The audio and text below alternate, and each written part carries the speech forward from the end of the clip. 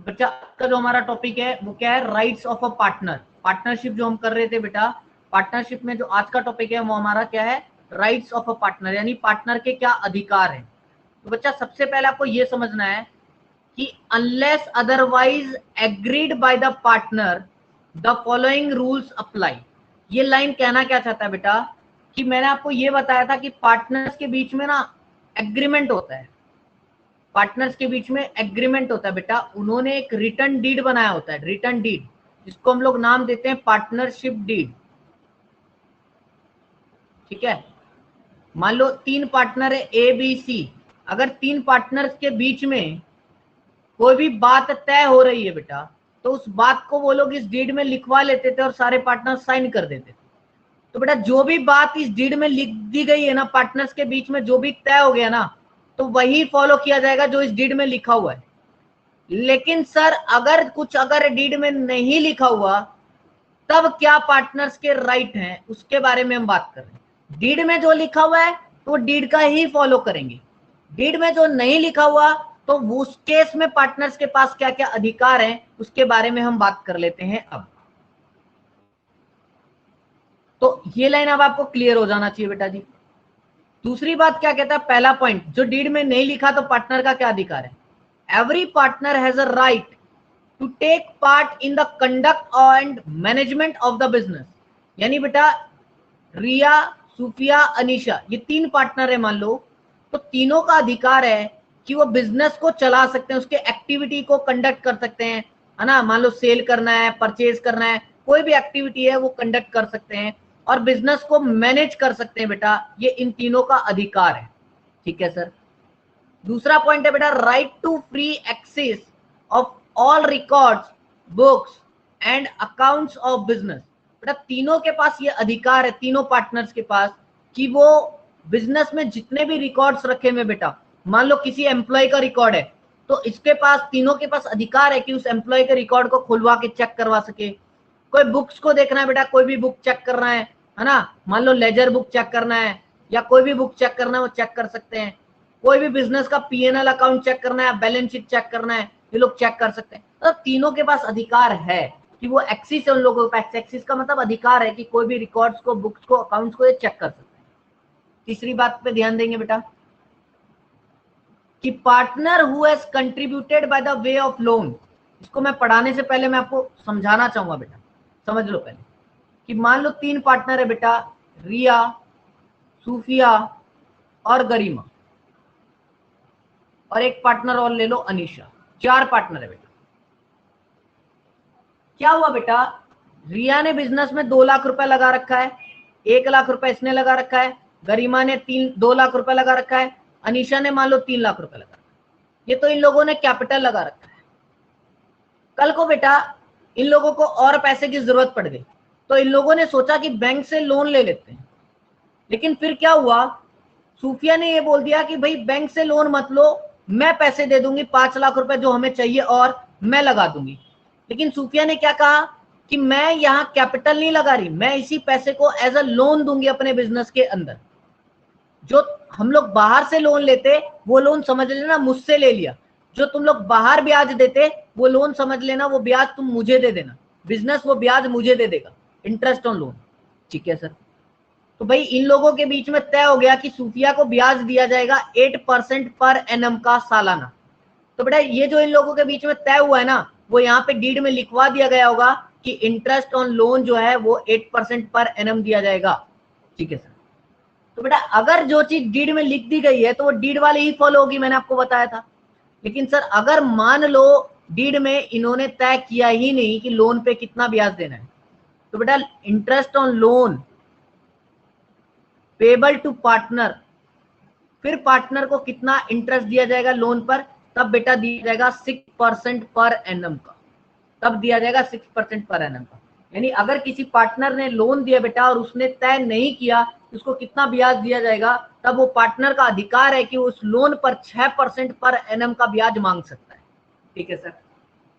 दूसरा इसी के अंदर क्या बेटा, जैसे पार्टनर ने क्या दिया, सबने कैपिटल लगाया, तो बेटा अगर इन लोगों को कैपिटल पे ब्याज चाहिए ना, इंटरेस्ट ऑन कैपिटल चाहिए, तो इन लोगों को तय करना पड़ेगा बेटा आपस में कि कितना ब्याज मिलेगा इन लोगों को। मान लो इन्होंने तय कर लिया 10% पर एनम का, तो डीड में लिखा जाएगा कि भाई पार्टनर्स को इंटरेस्ट ऑन कैपिटल दिया जाएगा 10% पर एनम। तब तो सर उनको 10% पर एनम के हिसाब से दिया जाएगा क्योंकि डीड में लिखा हुआ है। सर मान लो जैसे लोन हम भूल गए, इंटरेस्ट तय करना लोन पे कितना दिया जाएगा, लिखवाया नहीं डीड में, तो 6% का अधिकार मिला ना पार्टनर को। वैसे ही अगर इंटरेस्ट ऑन कैपिटल का भूल गए तो पार्टनर को कितना अधिकार मिलेगा सर ब्याज का? तो मैं बोलूंगा बेटा इंटरेस्ट ऑन कैपिटल नहीं मिलेगा अगर तय नहीं किया है। तो तय किया तो मिलेगा, नहीं किया तो नहीं मिलेगा। इंटरेस्ट ऑन लोन तय किया तो उतना ही मिलेगा जितना तय हुआ, अगर तय नहीं किया तो 6% पर एनम का मिलेगा। यही बात बेटा पॉइंट्स में लिखवा दिया मैंने आपको कि partner who has contributed by the way of loan, जिस पार्टनर ने लोन दिया है उसको इंटरेस्ट मिलेगा। अगर एग्रीड नहीं है तो, तय नहीं हुआ है तो 6% पर एनम मिलेगा। लेकिन ध्यान रखना पार्टनर जो है इंटरेस्ट ऑन कैपिटल पर पैसा नहीं मांग सकता बेटा अगर तय नहीं हुआ है तो, ये ध्यान रखिएगा। ठीक है सर। फोर्थ पॉइंट देखो बेटा, फोर्थ पॉइंट वही मान लो रिया, गरिमा, सूफिया, ये 3 पार्टनर थे बेटा। इन लोगों को मान लो 100 रुपए का प्रॉफिट होता है, तो इन्होंने तय कर रखा बेटा कि जो भी प्रॉफिट होगा उसको 5:3:2 के रेशियो में बांटेंगे। यानी रिया को कितना देंगे बेटा, रिया को 100 रुपए में 5/10 50 रुपए देंगे। गरिमा को कितना देंगे, 3/10 30 रुपए। और सूफिया को 100 रुपए में 2/10 देंगे बेटा, 20 रुपए देंगे कमाई में। 100 रुपए की कमाई होती है तो 50 30 और 20 ऐसे बटेगा, यानी 5:3:2 के रेशियो में। सर अगर ये रेशियो ही तय नहीं करते तब कितना प्रॉफिट बढ़ता तीनों के बीच में? तब बेटा इक्वली बढ़ता। तब पार्टनर का अधिकार है कि वो प्रॉफिट को इक्वली बांटेंगे। अगर तय कर रखा था बेटा तो डीड में लिखवा देते कि प्रॉफिट कैसे बटेगा, 5:3:2 में बटेगा। लेकिन अगर तय ही नहीं कर रखा तो सर प्रॉफिट क्या बढ़ता, इक्वली बढ़ता। यही फोर्थ पॉइंट में बेटा आपको लिखवा दिया गया है कि पार्टनर्स जो हैं उनमें राइट है कि प्रॉफिट को इक्वली बांटेंगे unless specified ratio at agreed account. अगर स्पेसिफाइड रेशियो तय नहीं किया गया तो प्रॉफिट कैसे बटेगा बेटा, इक्वली बटेगा। नेक्स्ट पॉइंट देखेंगे बेटा, next point number 5, a partner is entitled to be indemnified. Indemnified का मतलब क्या, एक पार्टनर का बेटा अधिकार है कि उसको कंपनसेट किया जाएगा, यानी उसको पैसा दिया जाएगा। किससे दिया जाएगा, फर्म को, फर्म के द्वारा। ठीक है, फर्म के द्वारा पैसा दिया जाएगा बेटा पार्टनर्स को। किस किस केस में दिया जाएगा सर, देखो बेटा पहला केस क्या है, expenses incurred by him in the course of business. दूसरा, payment made by him in respect of partnership depth. ठीक है सर। तीसरा, fund provided in emergency for protecting the firm. 3 कारणों से बेटा पार्टनर को क्या बोला गया कि फर्म उसको पैसा कंपनसेट करेगी। ठीक है सर, तो इस पॉइंट को समझ लो बेटा जी। मैंने कहा बेटा 3 पार्टनर थे, रिया, सूफिया और गरिमा। अब बेटा क्या है, इन लोगों का क्लोथ का बिजनेस है।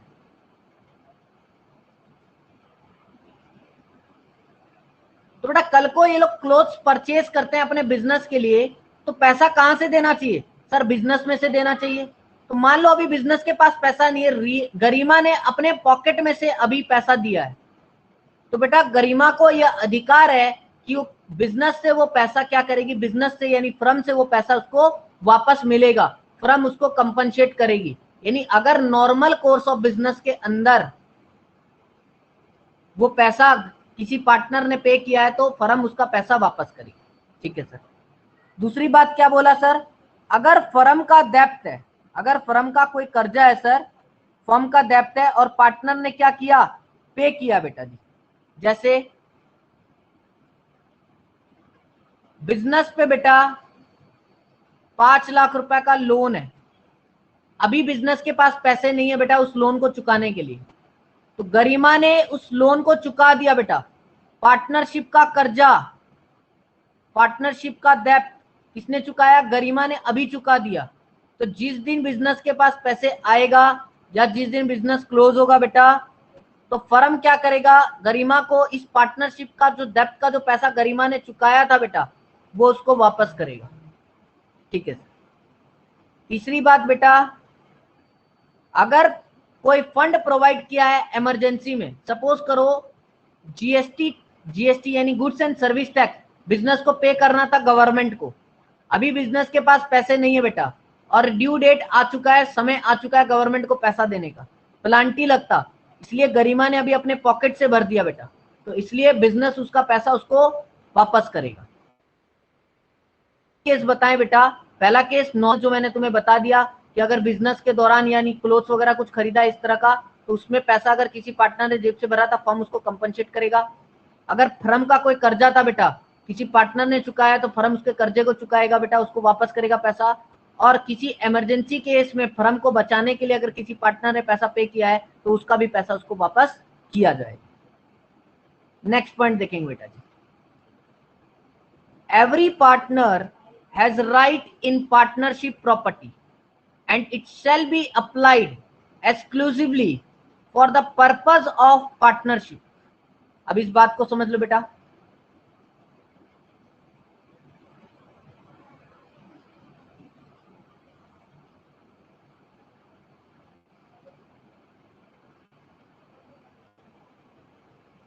तीन पार्टनर है बेटा, रिया, सुफिया, गरिमा। बिजनेस के अंदर हमारे पास एसेट्स है बेटा,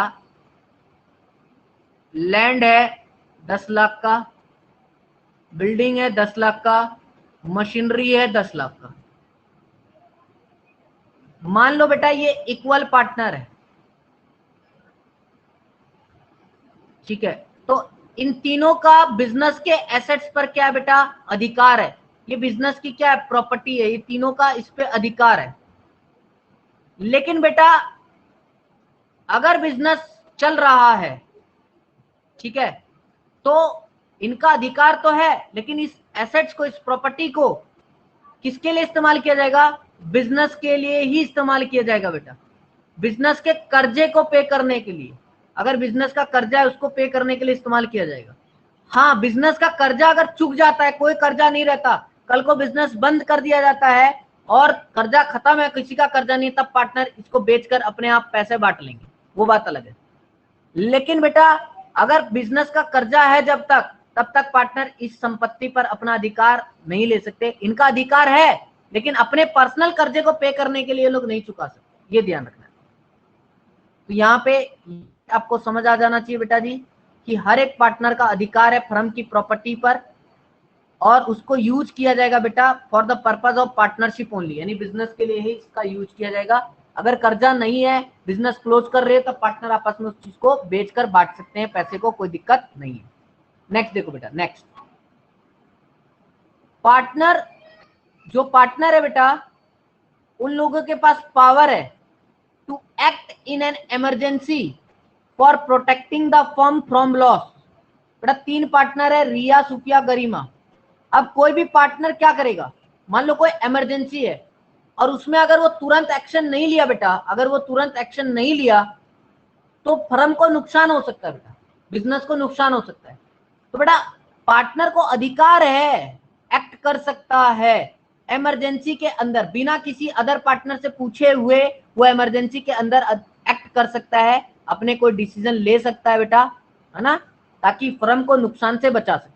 सपोज करो बेटा बिजनेस में फर्म का कोई इन्वेस्टमेंट लगा हुआ था मार्केट के अंदर, अब गरिमा को पता लग गया यार ये इन्वेस्टमेंट में लॉस जाने वाला है, और अगर लेट कर दिया तो और लॉस जाएगा। गरिमा तुरंत उस लॉस से बचाने के लिए उस इन्वेस्टमेंट को सोल्ड कर सकती है, वो डिसीजन ले सकती है, वो एक्ट कर सकती है बिना अदर पार्टनर से पूछे, क्योंकि फर्म को लॉस से बचाने के लिए उसने वो एक्ट किया है, तो पार्टनर का ये अधिकार है कि वो इस काम को कर सकता है।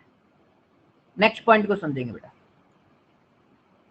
partner has the right to stop the admission of new partner without his consent। इसका मतलब क्या बेटा जी, मान लो रिया, सूफिया, गरिमा है, ये लोग अनीशा को एडमिट कर रहे हैं।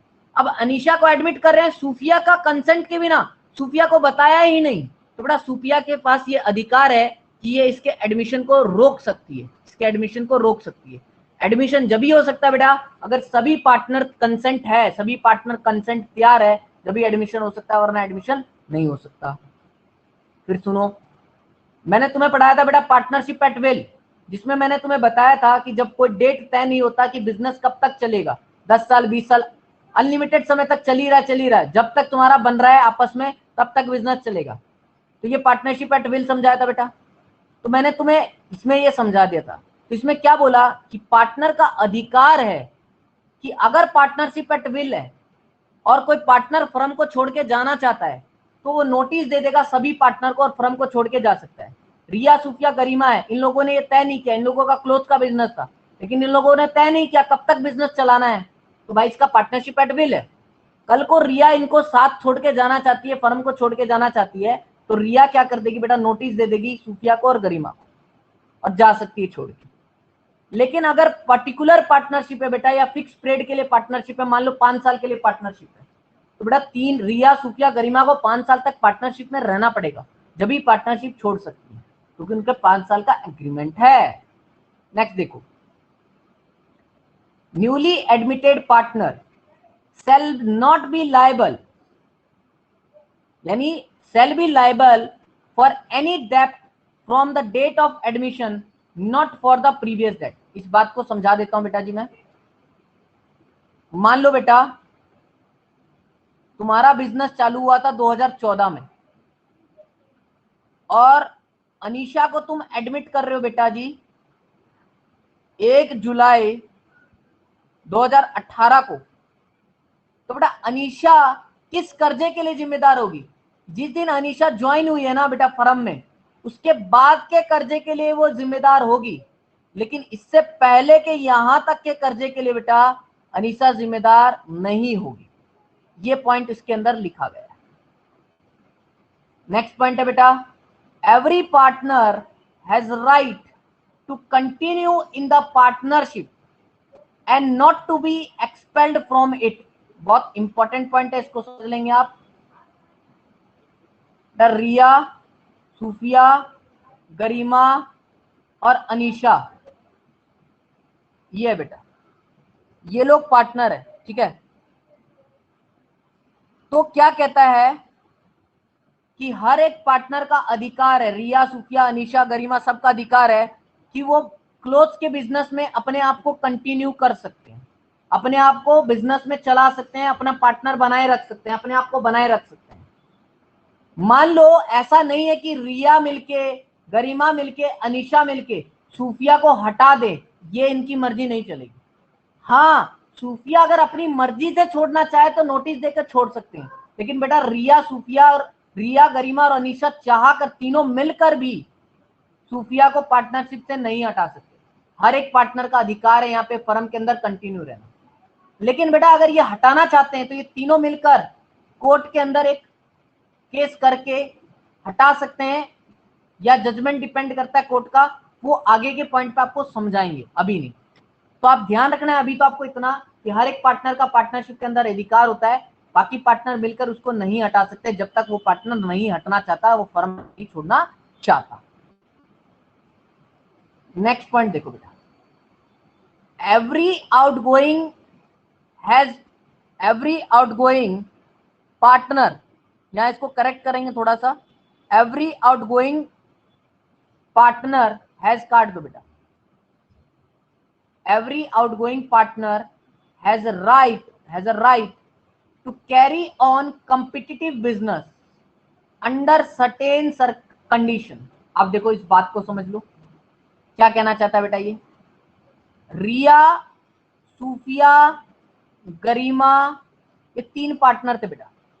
रिया फर्म को छोड़कर चली गई, अब वो फर्म को छोड़कर चली गई, मान लो इन लोगों का क्लोथ का बिजनेस था बेटा, तो सर ये जब सूफिया फर्म को छोड़कर चली गई तो क्या ये जाकर सेम क्लोथ का बिजनेस वैसा ही खोल सकती है क्या? तो मैं बोलूंगा बेटा यस, वो ओपन कर सकती है। लेकिन सर अगर इन्होंने एग्रीमेंट तय कर रखा है डीड के अंदर कि भाई कोई भी पार्टनर जो रिटायर होगा वो कॉम्पिटिटिव बिजनेस यानी सेम तरह का बिजनेस मान लो 6 साल तक नहीं खोल सकता, तब बेटा इस केस के अंदर रिया 6 साल तक वो बिजनेस ओपन नहीं कर सकती कॉम्पिटिटिव बिजनेस। लेकिन अगर ऐसा कुछ तय नहीं हुआ है तो वो 6 साल तक या जाते ही बेटा रिटायर होते ही वो वैसा बिजनेस कॉम्पिटिटिव बिजनेस खोल सकती है। तो इसलिए बोला गया कि हर एक पार्टनर को अधिकार है कि वो कॉम्पिटिटिव बिजनेस खोल सकता है, लेकिन कंडीशंस के अंदर। कंडीशन क्या है? अगर कोई भी उन्होंने बातचीत तय नहीं की इसके रिगार्डिंग पे तो वो खोल सकते हैं, अदरवाइज वो अगर बातचीत तय कि भाई नहीं खोल सकते इतने साल तक या ऐसे ऐसे, तो वो नहीं खोल सकते। ये बात आपको ध्यान रखना है। ये बेटा आपका पूरा 12 पॉइंट है राइट्स ऑफ ए पार्टनर का, अच्छी तरह आपको करना है। किसी का कोई डाउट है तो बता दें मुझे। देखो बच्चों, अब हम जान रहे हैं यहाँ पे ड्यूटीज ऑफ अ पार्टनर कि एक पार्टनर्स की ड्यूटीज क्या है बेटा। ड्यूटीज ऑफ अ पार्टनर, वैसे जैसे मैंने बताया था बेटा, डीड के अंदर कोई राइट्स अगर मेंशन है, वैसे डीड में आपने लिखवा रखा है कोई ड्यूटी किसी पार्टनर की, तब तो वो ड्यूटीज वो करेगा ही करेगा, apart from any agree duties. अगर कोई ड्यूटीज उसने पहले से एग्री कर रखे हो तो ठीक है, अगर एग्री नहीं कर रखा तो ये ड्यूटीज तो उसको करना ही करना है। अगर कोई ड्यूटी एग्रीड नहीं है तो ये ड्यूटी तो करेगा ही करेगा। क्या क्या ड्यूटीज है बेटा? Bound to carry on the business of the firm to the greatest common advantage. इसका मतलब क्या हुआ कि मान लो 3 पार्टनर है बेटा, ए बी सी, तीनों मिलकर या अकेले सब बिजनेस को इस तरह से चलाएंगे बेटा ताकि बिजनेस को ज्यादा से ज्यादा फायदा हो। कोई निकम्मापना नहीं करेगा, सब अपनी मेहनत से ईमानदारी से बिजनेस को इस तरह चलाने की कोशिश करेंगे, इस तरह चलाने की मतलब इंटेंशन रखेंगे बेटा ताकि बिजनेस को ज्यादा से ज्यादा फायदा हो। नेक्स्ट पॉइंट है बेटा, bound to keep and render true, proper and secret and correct accounts of partnership firm. यानी जितने पार्टनर है बेटा, चाहे ए है, चाहे बी है, चाहे सी है, ये तीनों मजबूर हैं, तीनों जिम्मेदार हैं, ये तीनों की बेटा लायबिलिटी बनती है, तीनों की जिम्मेदारी बनती है कि ये लोग जो अकाउंट्स मेंटेन करेंगे पार्टनरशिप फर्म का, वो बेटा करेक्ट मेंटेन करेंगे, प्रॉपर मेंटेन करेंगे और ईमानदारी से मेंटेन करेंगे। अकाउंट्स के अंदर कोई घपला नहीं होना चाहिए कि झूठ मूठ का खर्चा दिखा दिया, इस तरह का कोई भी काम नहीं करेंगे। तीसरी बात बेटा, bound to be just and faithful to other partner.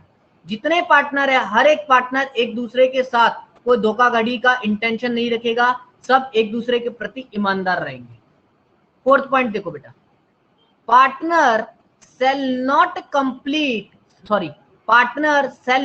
compete with the firm without the consent of all other partners।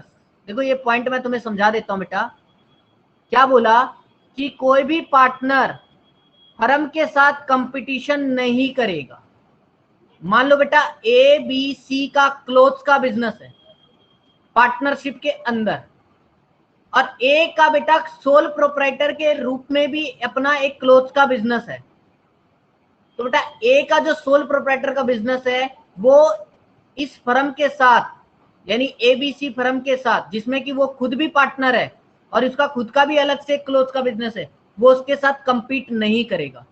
अगर कंपीट करना है बेटा तो बी और सी से परमिशन लो, अगर वो अलाउ करते हैं तब तो कर सकते हो, लेकिन बिना अलाउ के, बिना कंसेंट के आप कंपीट नहीं कर सकते। ठीक है। Any profit made by such unauthorised competition, अगर बेटा बी और सी ने मंजूरी दी नहीं, ना ही ए ने उनसे पूछा मान लो, और उसके अलावा वो क्या कर रहा है, कोई प्रॉफिट कमा ले रहा है। जैसे बेटा एबीसी को क्या लाना था, क्लोथ्स लाना था, तो एबीसी को क्लोथ्स लाना था, तो ए ने क्या किया, क्लोथ्स परचेज कर लिया बेटा अपने ही सोल प्रोप्राइटरशिप के फर्म से, और उस क्लोथ्स को परचेज करके प्रॉफिट कमा गया 10,000 रुपए। तो बेटा ये तो क्या कर गया, घपला कर गया।